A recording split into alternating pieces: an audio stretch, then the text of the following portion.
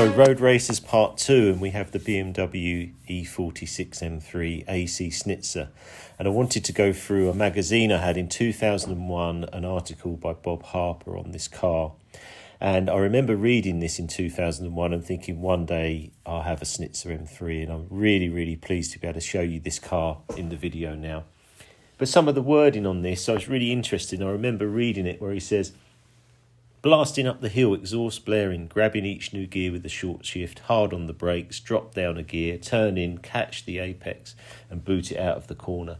And I just remember that and thinking, God, what a great car this would be to drive. So I'm really pleased to bring this to you with Dean and myself going out, and we're going to drive this car, give you our feelings on it, but we really feel this is one of the best road racers out there for road driving. So we really hope you enjoy the video. Welcome to Challenge the Road, Road Racer Part 2. And we've got the BMW M3, Dean. Your old favourite, I think. There were so many years gone by when I was a wee whipper. Still in my 20s, mind you. But I was desperate to have an E46 M3. Two of my friends had them, and if I didn't have a car sponsorship while I was competing as a pro athlete. And what was that sponsorship? Who was that? That was a Rover. But I got to launch the 25, 45 and 75, which was cool at the time.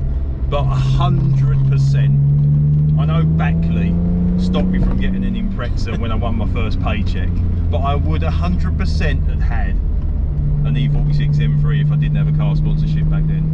I think it was such a great looking car, wasn't it? With the arches were slightly built out, which was different to the E46. It had this great 6-cylinder engine which just revved and revved up to about 8,000 revs. I just think it's one of the, when we're talking about road racers, affordability, performance, handling, looks, like heritage, the M3 has it all. So obviously for me, coming from that Ferrari straight to a manual gearbox, I feel really heavily involved. Yeah. And because you're sort of, not that you're going slower, but I can feel the car rolling a bit, and which is in a nice way. Like I can feel it sort of compressed when I go around, which is making me feel like I'm really heavily involved. Yeah. At low speed, and I think that's one of the things coming from the Ferrari again. You feel like that car's very restrained, always because of speed limits, because you can't go quick on the road.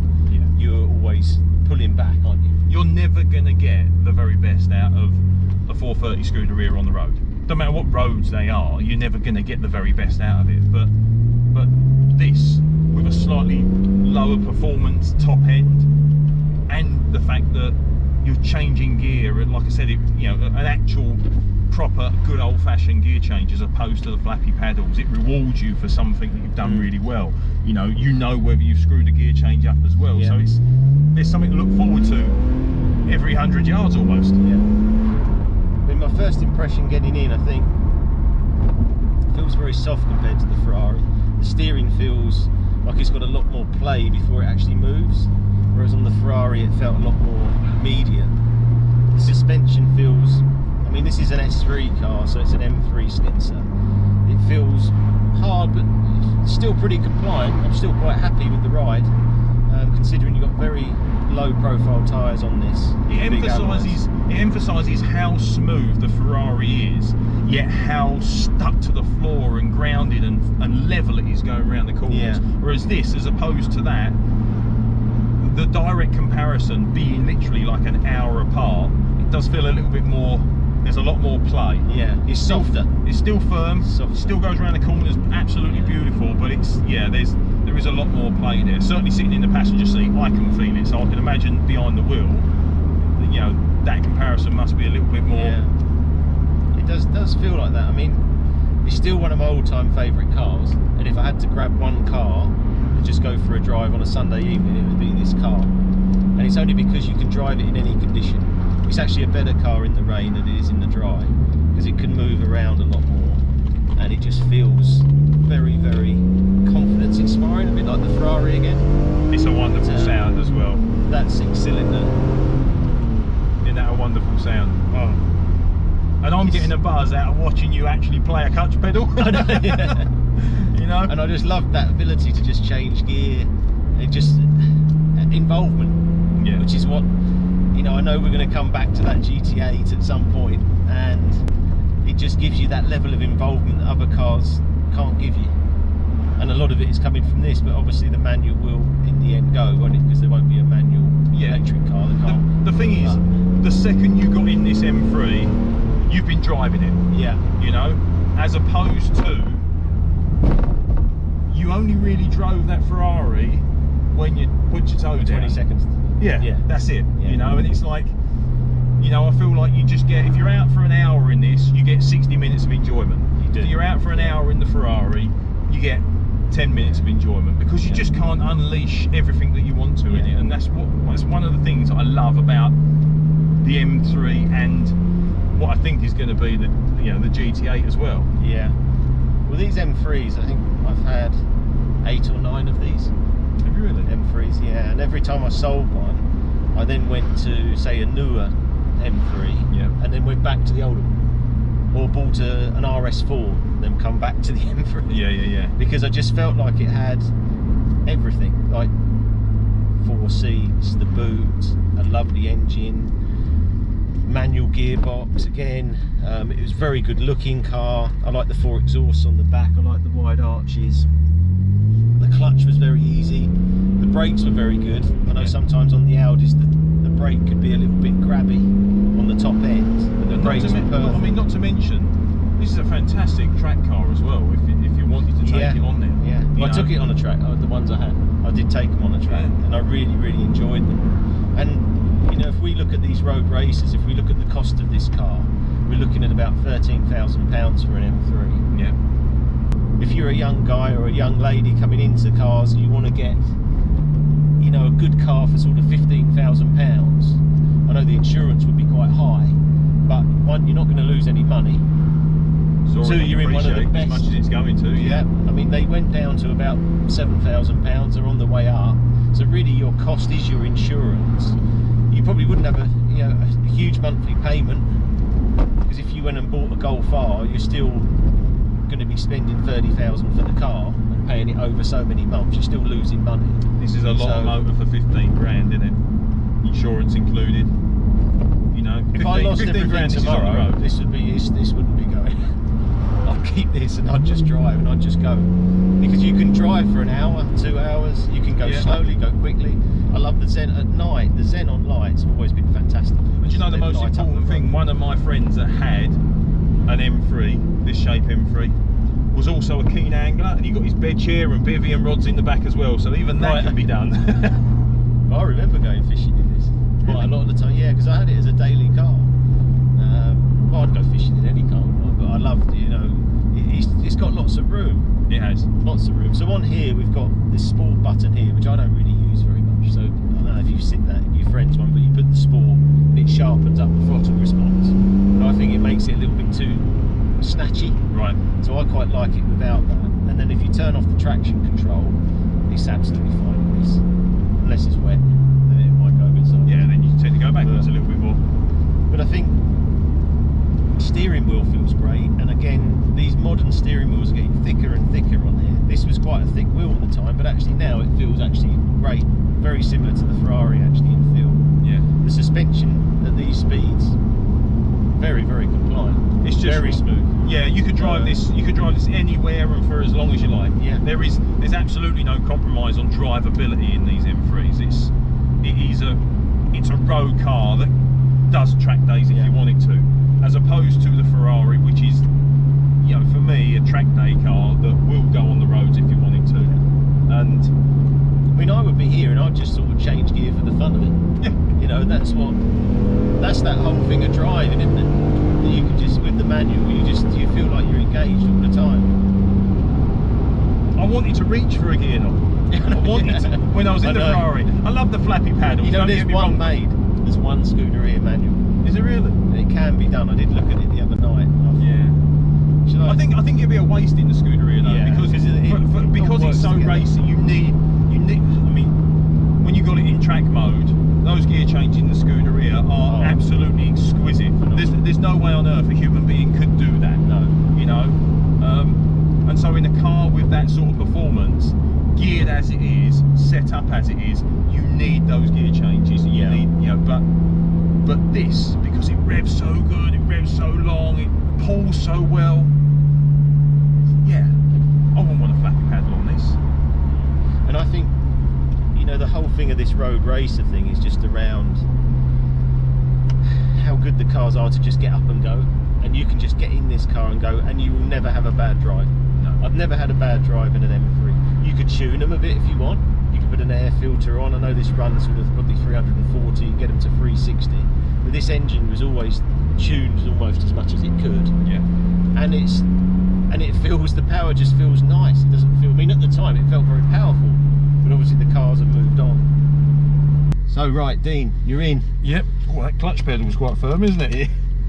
But then, to be fair, in comparison to not wet using one at all, I feel like I need to sit a bit closer actually as well for the first time in a long time. It's electric. There we go. You got it? Yeah, there you go. I haven't actually been a passenger in this car. Have you not? No, so. Hold on to your boob straps. Actually, I haven't been a passenger in any of them. Oh no, the Lamborghini. Oh, actually, first impression? no, nice. The first know. time I put my foot on that clutch, it was a little bit firm, to be fair. But actually, when you get it going, there's a lovely feel to it. So you said your friends had these cars? Yeah, I've driven many an M3. It's always been a firm favourite of mine, and even nowadays when you got the X drive on them as well. I mean, different gravy. It sort of incorporates everything you like in the M3, as well as the, you know, just off the spot performance of like the RS6 or the RS5 or whatever. But yeah, it's always been, if I won the lottery, probably the first car I would buy would be an M3, because I just feel like you said earlier on, jumping into a car and just literally having a great drive. It pulls lovely, sounds amazing. You've got that manual gear change. There's nothing an M3 doesn't do. No. You know, it does everything to pace. If you want to take the traction control off and go a little bit sideways, in comparison to an awful lot of cars in this sort of league, it's doable, it's playable. They're super sexy, they're comfortable, you know, it's... So they had the E46 and they had the E90, which I wasn't that keen on the looks. But the newer M3 does look very nice, but I don't think it's got the sound with the turbos. No, a lot of cars nowadays, a lot of modern cars have had, you know, they don't sound like the old school cars do, you know, and this has just got, it sounds an absolute dream. I can see you there, just like, you want to change. I'm just, you know what? I'm changing for the sake of changing. And that is the great thing about an old school gearbox like this, a manual gearbox, where you can literally drop down and you don't even have to go fast. Just the fact that I've dropped down, I haven't accelerated, means that I'm just doing something. I'm engaged with the car. I'm getting so much more from this at these speeds than I did from the 430 Scuderia. And at top end, if you was looking at performance and genuinely racing it around the streets, of course this can't compare. But I'm already having a bit more fun in a car that costs 13 grand as opposed to a car that cost 200k. Yeah. Which my wife will love me saying. But I think that the M3 for me has become, especially this version, the E46, is an iconic car. Yeah, it is. Yeah. And I think I really, really wanted one when they come out. I was actually into Subarus a lot before then. Yeah. There's P1s, and then the M3 come out, and I got in the M3 and thought, oh, this is fantastic. I don't know, I think the seats on this are great. One of the other things, the interior's great on it.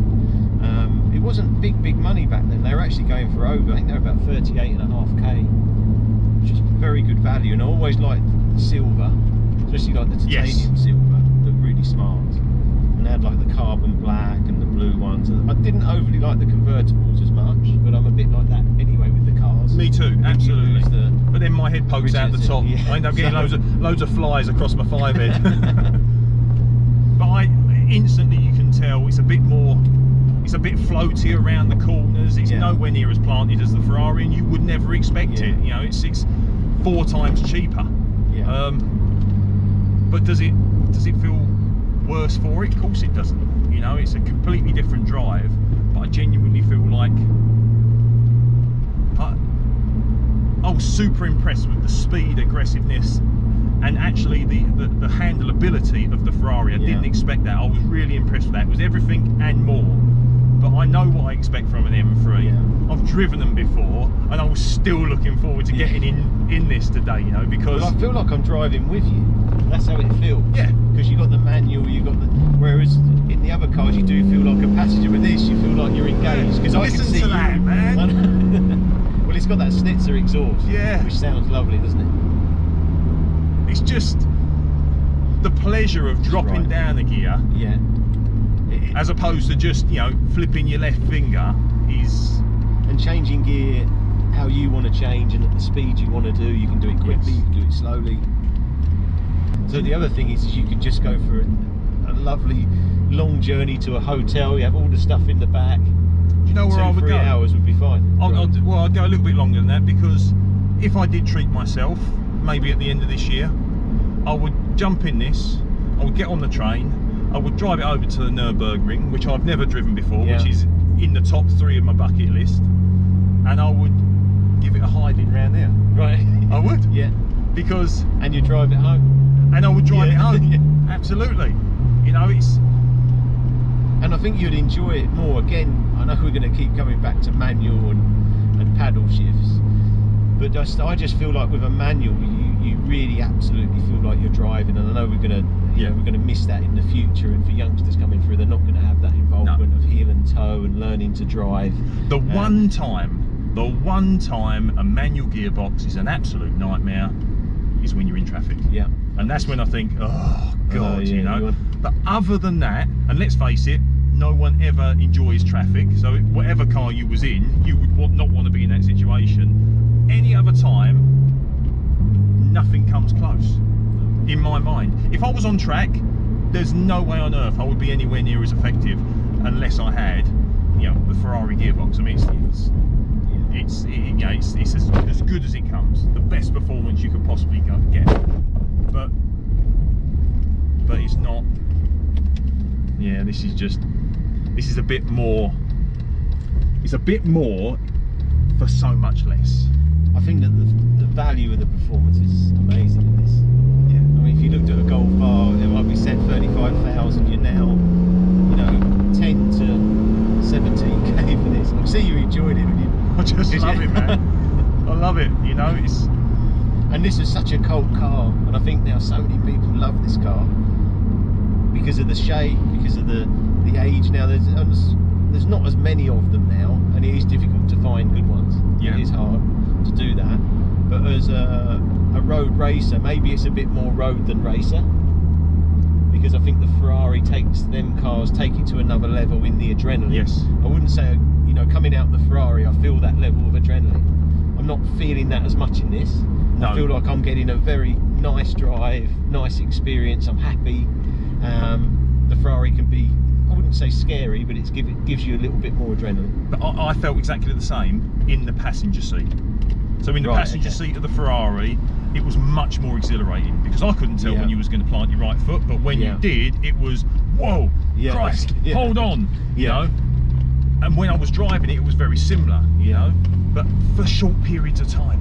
For really short periods of time. Well, there's a road up here. I'm just loving going from second to third, driving 30 mile an hour and enjoying myself, you know. And whenever I want, I know that this is going to go 0 to 60 as quick as I'm ever going to need it to.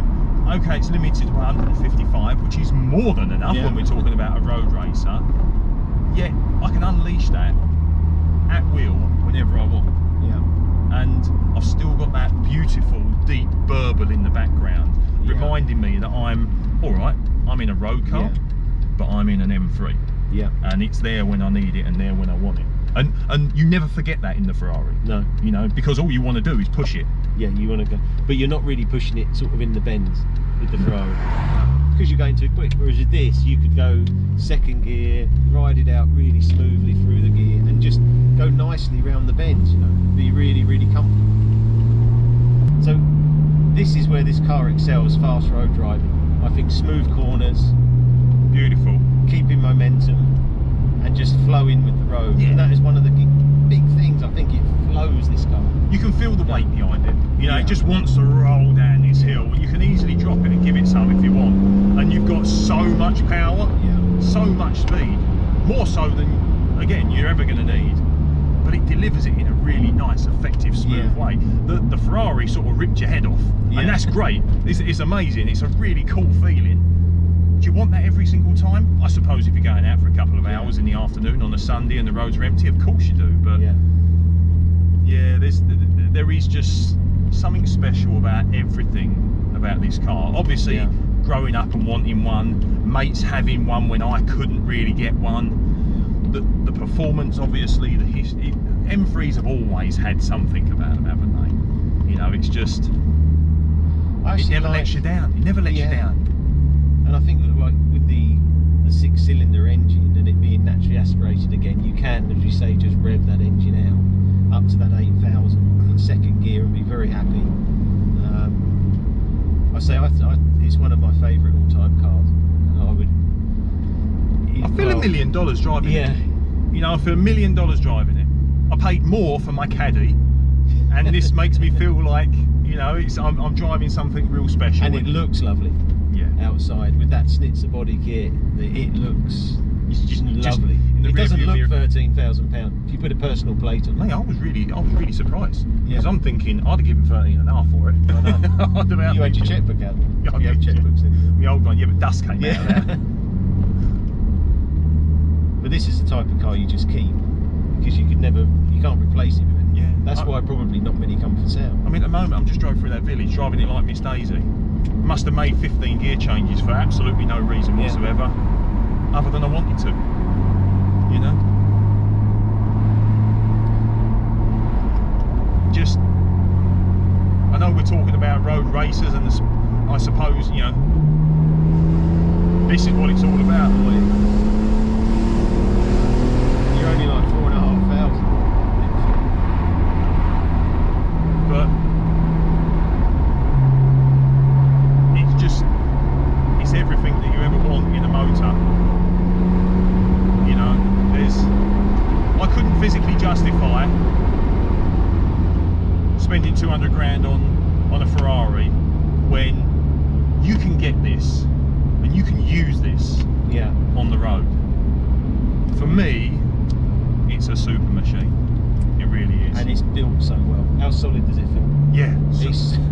I mean, don't get even, you can't hear anything. No, the first time you get in it, yes, it feels a bit boaty, because obviously we've just been driving a 430 Scuderia, right, and that is just the pinnacle of what it does, and you can't really compare the two, other than this has got brilliant performance, and it makes me feel a little bit more cool.